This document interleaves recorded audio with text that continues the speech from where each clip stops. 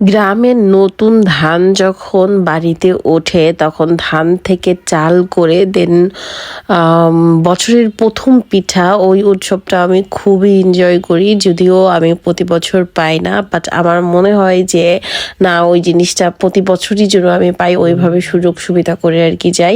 এইখানে হচ্ছে একদমই হচ্ছে দেশি মুরগি, যেটাকে বলে দেশি মুরগি, পাতলা ঝোল করছে। আর দেশি মুরগির মজা কিন্তু অন্যরকম। কে কে দেশি মুরগি পছন্দ করেন কমেন্ট করে জানাইতে পারেন।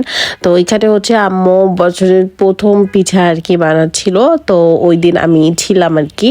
তো এই পিঠাটা কে কে পছন্দ করেন। আর গ্রামে প্রচুর পরিমাণে শীত, এত শীত, মানে হিটারের যে রুম, ওই রুম থেকে মানে বেরোতে ইচ্ছা করে না, তাও মানে নতুন ধানের নতুন চালের পিঠা খাবো, তো সেই জন্য আর কি বের হওয়া। তো এখানে হচ্ছে আমি চিতই পিঠা নিয়ে নিয়েছি।